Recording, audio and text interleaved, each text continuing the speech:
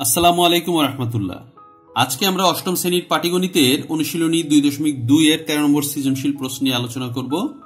আমাদের এই আজকের সৃজনশীল প্রশ্নটা হচ্ছে, একই হার চক্রবৃদ্ধি মুনাফায় কোন মূলধন 1 বছরান্তে সবৃদ্ধিমূল 19,500 টাকা এবং 2 বছরান্তে সবৃদ্ধিমূল 20,280 টাকা। এখন এই উদ্দীপকের উপর ভিত্তি করে আমার তিনটা প্রশ্ন। একটা হচ্ছে মুনাফা নির্ণয়ের সূত্র ক নম্বরে, খ নম্বর হচ্ছে মূলধন নির্ণয় করো, গ নম্বর হচ্ছে একই হারে উক্ত মূলধনের জন্য 3 বছর পর সরল মুনাফা ও চক্রবৃদ্ধি মুনাফার পার্থক্য নির্ণয় করতে হবে। আমরা একটু প্রশ্নটা ভালো করে বুঝে নেই। একই হার চক্রবৃদ্ধি মুনাফা মানে চক্রবৃদ্ধি মুনাফা যেটা ছিল, আমার মুনাফা যেটা সেটা হলো একইভাবে বাড়ছে। কোন মূলধন, এখন মূলধনটা কত সেটা আমাদের দেওয়া নেই, দেওয়া আছে কি, দেওয়া আছে 1 বছরান্তে সবৃদ্ধি মূল, অর্থাৎ আমার মুনাফা সহ যে মূলধনটা সেটি হবে 19,500 এবং 2 বছরান্তে সবৃদ্ধি মূল মানে মুনাফা সহ আসলটা হবে 20,280 টাকা। এইটুকু হচ্ছে আমাদের উদ্দীপকটা। তো এখন আমাদের প্রথম প্রশ্ন হচ্ছে মুনাফা নির্ণয় সূত্র। তো ক নম্বরে আমাদের মুনাফা নির্ণয় সূত্র আগে আমরা জানি কি, এইভাবে লিখে দিতে পারি। এখানে আমরা মূলধনকে কি দিয়ে ধরি, মূলধনকে আমরা ধরি পি, সময়কে ধরি আমরা এন এবং মুনাফার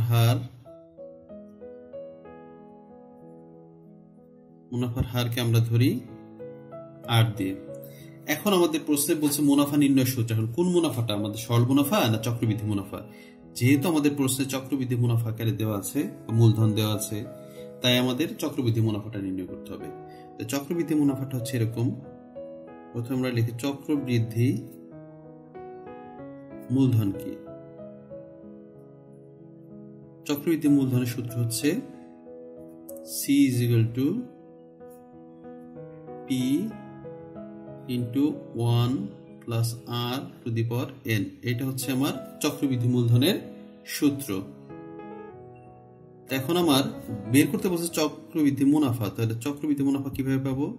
চক্রবৃদ্ধি মুনাফা, তো চক্রবৃদ্ধি মুনাফাটা হবে আমার এই যে চক্রবৃদ্ধি মূলধনটা আছে, এই চক্রবৃদ্ধি মূলধন থেকে আমার এমনি যে মূলধন যেটা আমরা পি দিয়ে প্রকাশ করি সেটি বাদ হয়ে যাবে। তাহলে আমার মুনাফাটা পেয়ে যাব। চক্রবৃদ্ধি মূলধন থেকে আমরা যদি মূলধনটা বাদ দিয়ে দিই তাহলে আমার মুনাফাটা পেয়ে যাব। এখন সি এর সূত্রটা আমরা জানি কি, পি * 1 + R⁴n - এখানে পি। এটাই হয়ে গেল আমাদের চক্রবৃদ্ধি মুনাফাটা। এরপর আমাদের খ নম্বর কি বলছে, খ নম্বরে বলা হয়েছে মূলধন নির্ণয় করতে বলা হয়েছে। তো মূলধন নির্ণয়কে আমরা ক থেকে তো অনেক কিছু জেনে ফেলেছি, এখন আমরা এভাবে লিখে ফেলি। কি বলছে প্রশ্নে? খ নম্বরে আমাকে প্রশ্নে বলা হয়েছে, আমরা উদ্দীপকটা একটু খেয়াল করি, যে কোন মূলধনে 1 বছরান্তে সবৃদ্ধিমূল 19,500 টাকা। 1 বছরান্তে সবৃদ্ধিমূল, তাহলে 1 বছরান্তে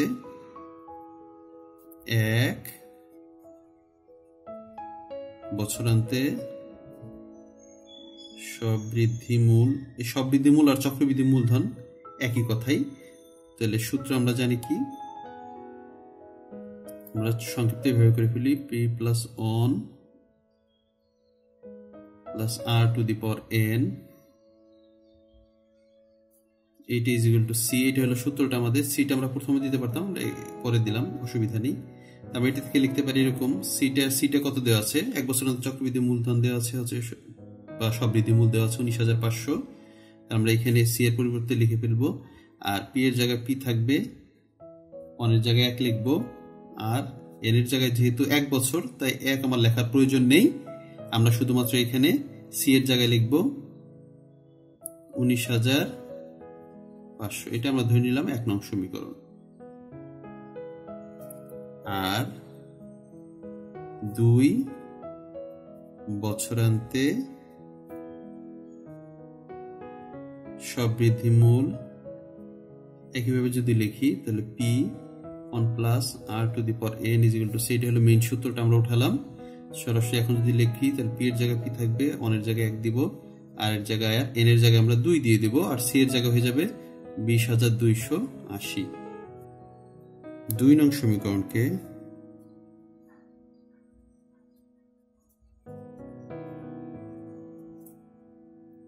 কে 1 নং সমীকরণ দ্বারা ভাগ করে। ভাগ যদি করি আমরা 2 নং সমীকরণ কি ছিল, পি 1 যোগ আর এখানে স্কোয়ার আসছিল, আর 1 নংটা ছিল হচ্ছে পি 1 যোগ আর, এখানে হচ্ছে 20,280, নিচে হচ্ছে 19,500। এখন যদি আমরা এটাকে এই শূন্য কেটে দিলাম,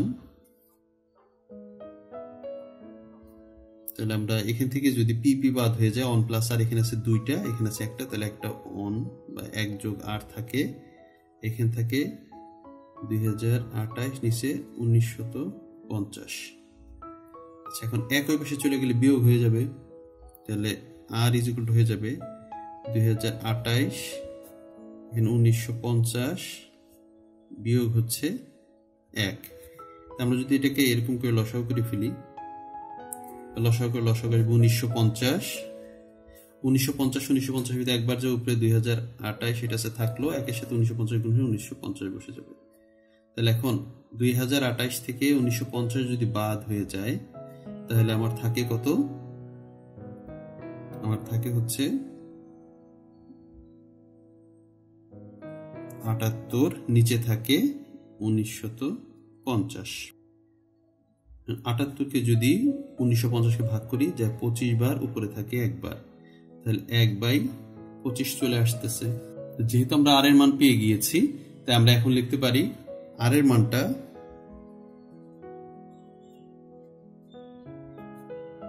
1 নং এ বসিয়ে। 1 নং সমীকরণটা কি ছিল আমার? 1 নং সমীকরণ ছিল পি ইন্টু 1 প্লাস আর, তাহলে পি এর জায়গায় পি থাকবে, 1 প্লাস আর এর জায়গায় বসে যাবে, আর এর পরিবর্তে আমরা লিখবো 1/25 = 19,500।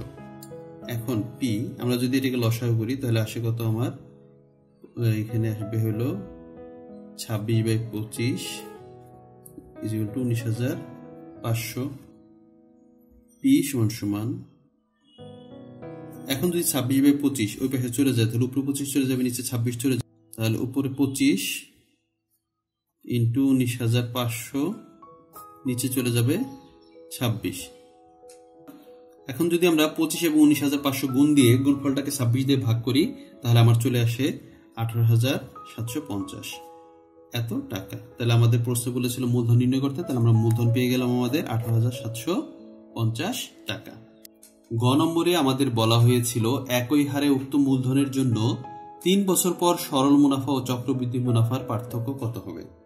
তাহলে আমার 3 বছর পর সরল মুনাফা বের করতে হবে এবং চক্রবৃদ্ধি মুনাফা দুটোই বের করতে হবে।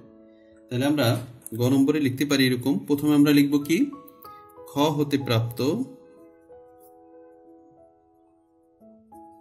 খতে আমরা কি পেয়েছি, খতে আমরা পেয়েছি মূলধন পেয়েছি,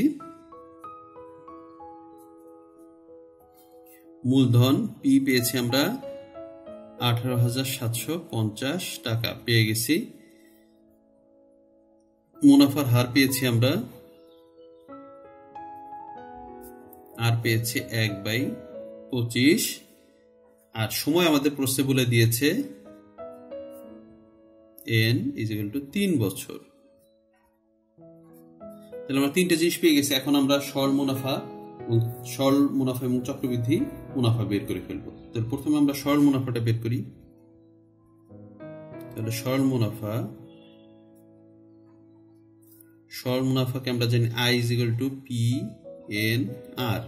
পি এর মান হচ্ছে 18,750 গুণ হচ্ছে n এর মান হচ্ছে 3 আর r এর মান হচ্ছে 1/25। তাহলে এখন যদি আমরা 25 দিয়ে 18,750 কে ভাগ করি, 25 18,750 এর ভিতরে যায় হচ্ছে 750 বার। এখন এই 750 এর সাথে 3 গুণ হয়ে গেলে আমার হয়ে যায় 2250 টাকা। এই আমি সরল মুনাফাটা পেয়ে গেলাম। এখন সরল মুনাফাটা আমরা ঠিকই পেয়ে গেছি, কিন্তু আমরা যদি এখন চক্রবৃদ্ধি মুনাফাটা পেতে চাই, প্রথমে চক্রবৃদ্ধি মূলধনটা বের করতে হবে। তাহলে চক্রবৃদ্ধি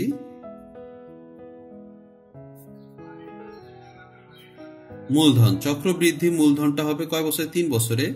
C is equal to P into 1 plus R to the power n, এটা হচ্ছে আমার সূত্র। এখন আমি যদি মান বসিয়ে দিই, পি এর মান হচ্ছে কত? 18,750, মূলধনটা একের জায়গায় 1, আর এর জায়গায় 1/25, এন এর জায়গায় হচ্ছে 3।